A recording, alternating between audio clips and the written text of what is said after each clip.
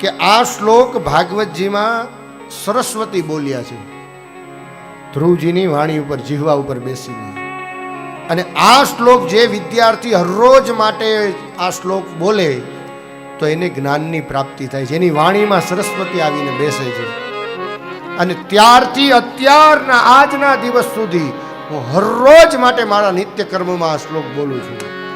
યોંતઃ પ્રવિશ્ય મમ વાચમિમામ પ્રસુપ્તા સંજીવયત્યખિલ શક્તિધરસ્મ ધામ્ન અન્યાસ્તહસ્ત ચરણ શ્રવણત્વગાદિન પ્રાણાન નમો ભગવતે પુરુષાય તુભ્યં. એટલે આ શ્લોક વિદ્યાર્થીઓ એમાંય જે મારી જેવા ઠોઠ હોય એના માટે આ રામબાણ છે. હા, રામબાણ ઈલાજ છે.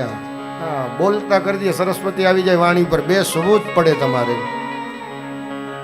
મને ક્યારેક ક્યારેક એવું થાય કે હું આવું બધું બોલું છું, ત્યારે પાછું યાદ આવે કે નહીં, હું નથી બોલતા, સરસ્વતી આવીને બોલાવે છે.